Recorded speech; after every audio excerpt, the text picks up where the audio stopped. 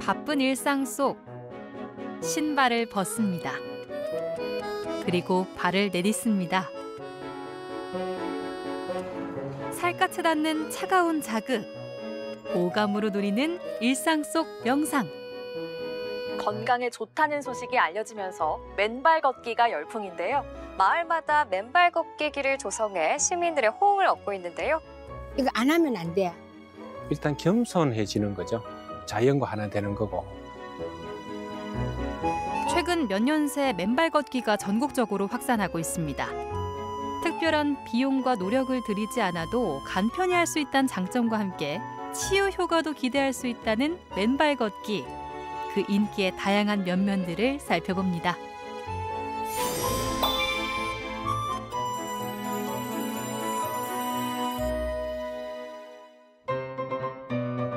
맨발로 걷는 동안 발바닥이 자극돼 온몸에 생기가 돈다는 사람들. 산속 흙길에서 신선한 공기를 마시며 나른함을 깨우고 자연 속에서 힐링하며 건강을 챙기는 사람들이 늘어나고 있습니다. 그렇군요. 오늘 모인 사람들도 바로 그런 맨발 걷기에 매료된 동호회 회원들입니다. 맨발 걷기로 삶의 질이 바뀌었다는 이들의 이야기를 만나볼까요? 이곳은 서울 대모산. 찬바람이 부는 시기에도 맨발 걷기 매력에 빠진 이들이 많이 모여 있습니다. 뭘 하는 중인가요? 7, 8. 맨발 걷기 하기 전에 이제 워밍업 하는 거라고 보시면 됩니다. 몸에 이제 그 신경이나 근육을 좀 잠자고 있는 것들을 좀 깨워서 이제 보면 열중시어 차례 하듯이 이제 예령을 걸어서 신호를 먼저 시그널을 주는 겁니다. 7, 8, 맨발 걷기 전에 몸의 유연성을 높이기 위한 준비 운동은 필수죠. 90이 넘는 나이에도 꾸준히 맨발 걷기를 하는 분도 있습니다. 고지혈증, 당뇨, 혈압 이런 거 하나도 없거든. 그러니까 그게 좋아지는 여진이는 모르겠고 하여튼 잠은 좀 잘 자고 그것이 제일 좋은 거예요. 93이면 굉장히 많은 나이인데 주변에 친구들이 없어. 다 돌아가셨어요. 맨발 걷기로 건강을 되찾았다는 목소리도 있습니다. 수년째 맨발 걷기를 하며 건강을 유지하고 있다는 이분. 척추 전방 전이증이 있어요. 그래서 걷다가 못 걸으면 시술하고 그래도 못 걸으면 수술하자 했는데 신발 벗고 한번 걸어보라 이래가지고 걷기 시작을 했는데 허리가 안 아픈 거예요. 맨발 걷기를 시작하면서부터 수면의 질도 좋아지고 혈압도 줄어들고 맨발로 걸으니까 서서히 체중이 줄여졌어요. 앉아서 일을 하면서 걷지 않는 것이 익숙해진 현대인들에게 맨발 걷기는 과학적 효과를 떠나 자연 속에서 천천히 다시 걷는 즐거움을 알려주고 있습니다.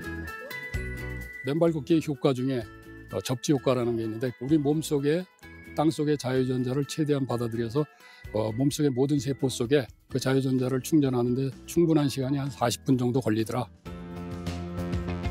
한마디로 땅을 디디며 각종 염증과 질병을 유발하는 활성산소를 배출하는 효과라고 하는데요.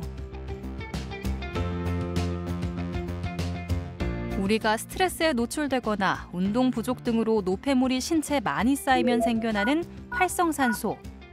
활성산소는 짝을 짓지 않은 전자를 포함한 산소 이온으로 원래 안정된 산소는 우리 세포를 살리는 핵심 물질이 되지만 불안정화된 활성산소는 기존 세포를 공격해 파괴하게 만들고 암, 당뇨, 뇌졸중 등 다양한 질병을 일으킨다는 보고가 있습니다.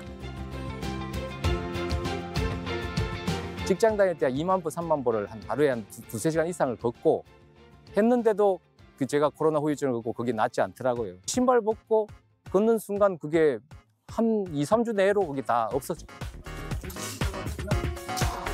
맨발 걷기를 통해 뇌와 몸을 동시에 자극하고 인체 근육과 관절, 신경계에 긍정적인 영향을 미친다고 하는데요. 무엇보다 건강을 되찾아 일상으로 돌아가고 싶은 바람. 그 간절함을 품고 걷기의 일상화를 실천했던 각자의 마음이 만들어낸 결과가 아니었을까 생각됩니다.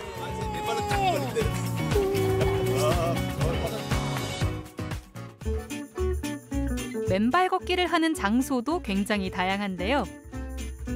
이곳은 대구 용지초등학교. 학교 운동장에서 부모님과 함께 맨발로 땅을 밟고 걷는 아이들도 보입니다. 신기하기도 즐거워 보이기도 하네요. 가족들이랑 같이 맨발 걸으러 왔어요. 제가 1학년 때 맨발을 처음 접했고 꾸준히 걸은 지는 757일 됐어요. 처음에 시작할 때는 발바닥이 많이 아팠는데 이제 좀 적응돼서 괜찮은 것 같아요. 노년층에게만 인기가 좋은 줄 알았던 맨발 걷기. 아이들에게도 큰 거부감은 없어 보입니다. 학교 운동장에서 맨발 걷기를 시작한 이유는 단순했습니다. 모두가 건강한 학교로 만들겠다는 결심을 실행에 옮긴 겁니다. 교육자로서 제가 우리 아이들에게 가장 중요한 것은 저는 건강이라고 생각하거든요. 몸과 마음의 건강. 운동 중에서도 자연과 접할 수 있는, 흙과 가까이 하고 하늘의 기운과 가까이 할 수 있는 맨발 걷기를 선택해서 땅 밟을 일이 적고 운동량이 부족한 요즘 아이들에겐 일석이조의 효과가 있을 것 같은데요. 맨발 걷기를 하고 나서 집중력이 엄청 좋아졌어요. 그리고 학교 생활에 자신감이 생겼어요. 처음엔 어색했지만 시간이 흐르며 점점 땅과 친해진 아이들. 어느새 맨발로 뛰어노는 재미에 빠졌습니다.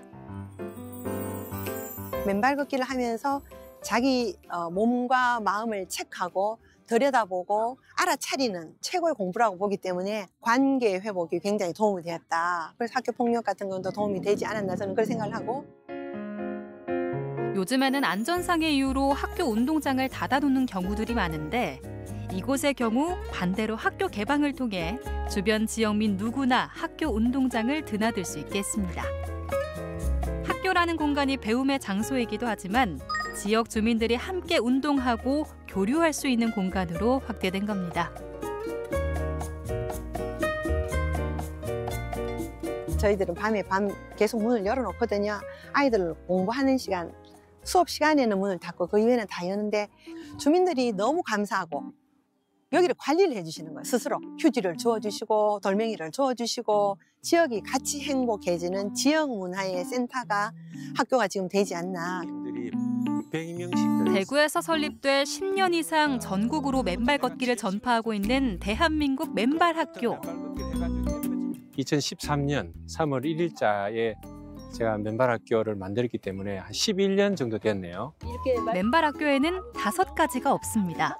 학교라는 이름이 붙었지만 건물도 교재도 시험도 시간표도 졸업도 없죠. 준비물은 오직 자신의 발뿐입니다. 단순하지만 꾸준한 반복과 도전으로 가치를 깨달아가는 맨발 학교.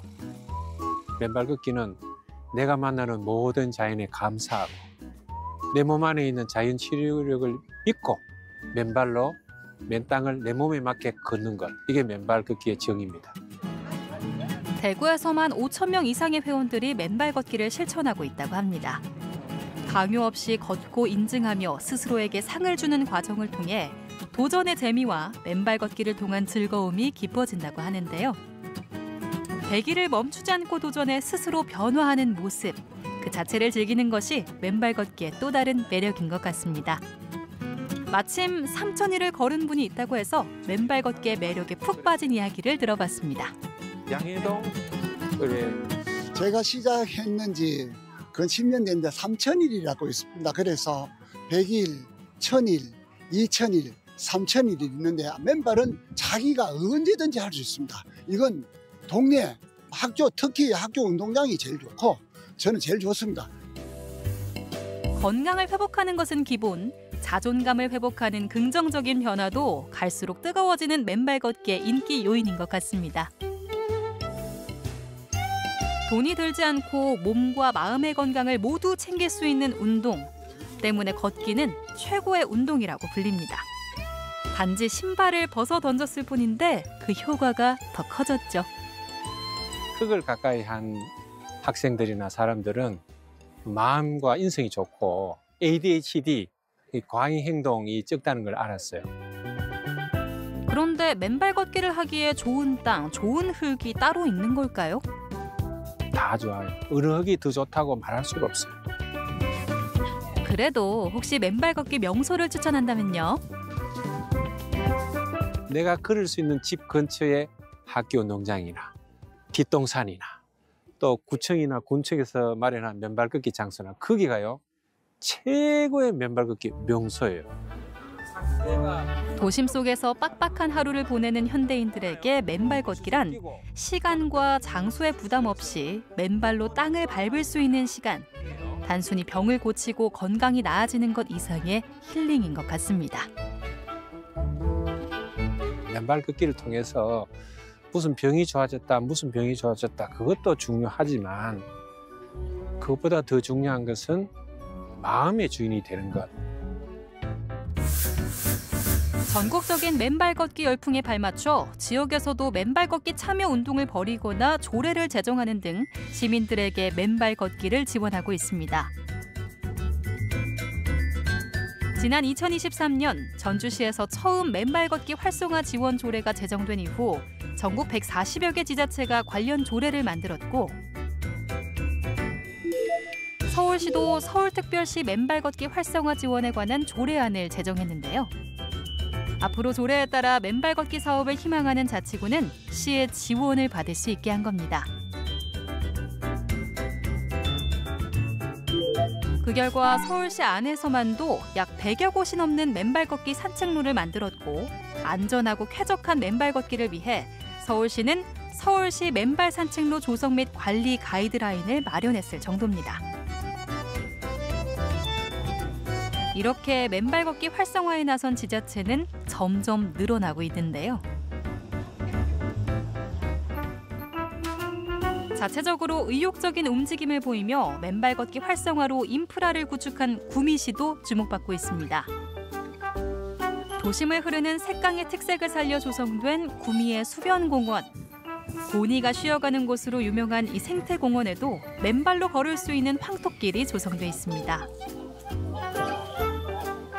맨발로 걷게 되면은 이게 발에 자극이 와서 몸에 따뜻한 기운이 올라오는 걸 느끼게 됩니다. 그래서 혈액순환에도 도움이 되고요. 지금 제가 지병을 앓고 있거든요. 암 치료를 해가지고 건강을 위해서 지금 4년째 하고 있습니다. 계속.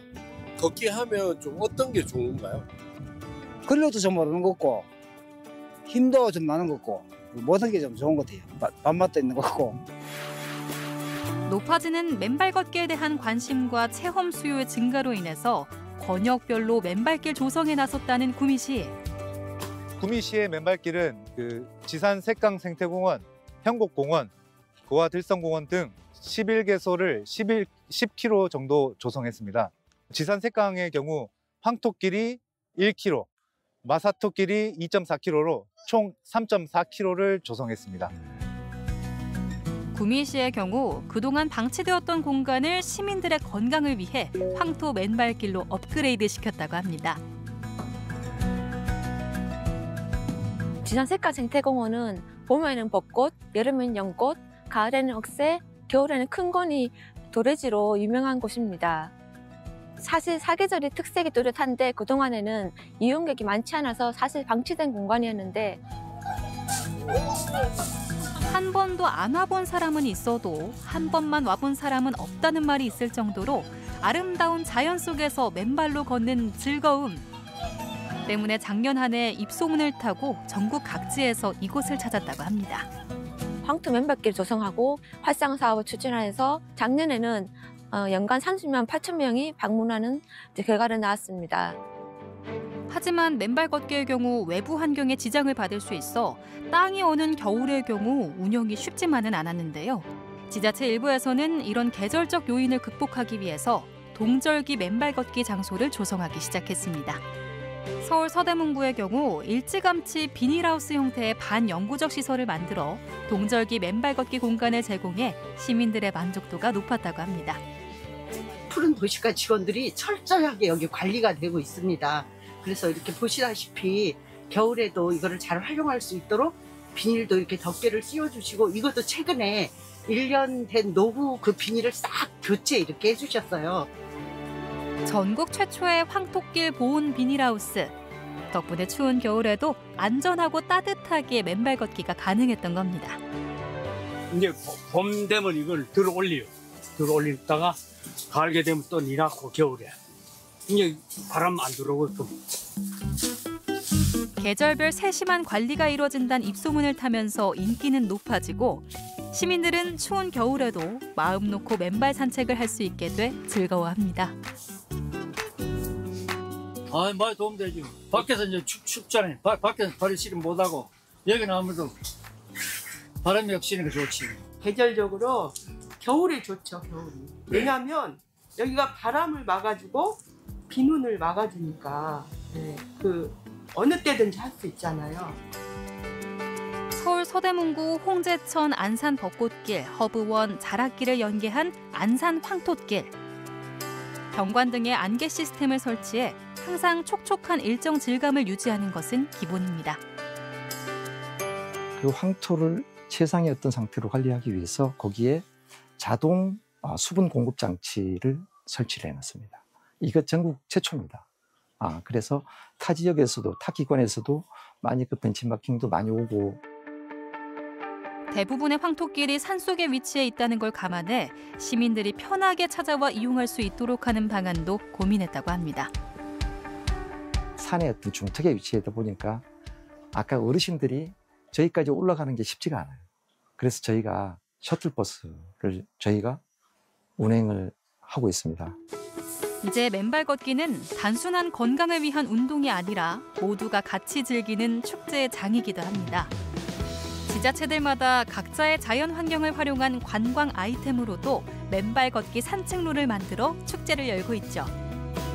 전국 지자체 중에서 최초로 자연사 박물관이 돼 있습니다. 그래서 주말에 아이들하고 부모님들이 같이 오셔가지고 황토길도 걷고 그다음에 자연사 박물관도 또 이용하시고 시민 건강을 챙기고 지역 관광까지 알리는 두 마리 토끼를 잡을 수 있는 맨발 걷기의 인기는 한동안 이어질 걸로 보입니다.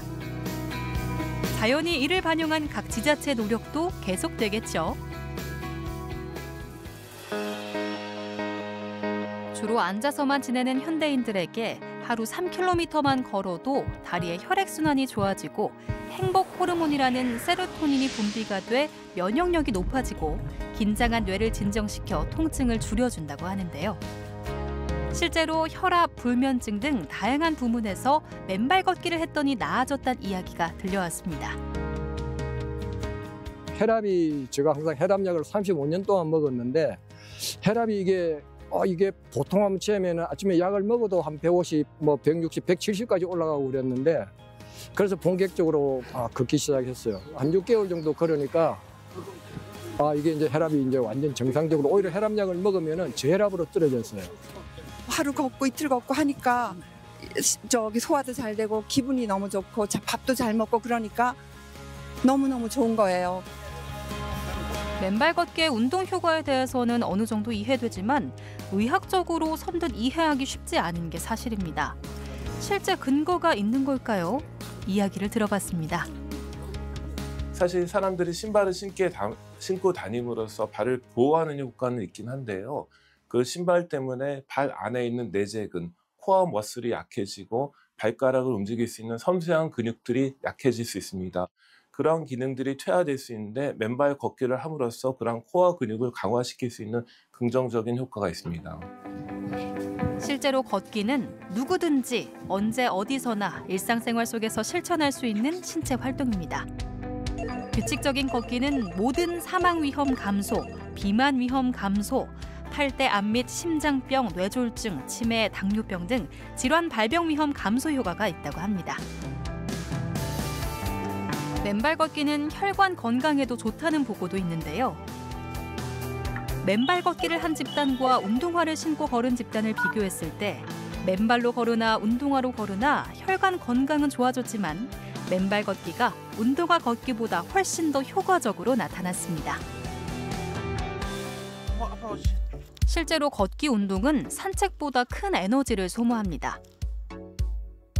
심장에 부담이 적고 근육, 뼈, 관절 등 광범위한 인체 부위에 자극을 생성해내는 대표적인 유산소성 신체 활동이니까요.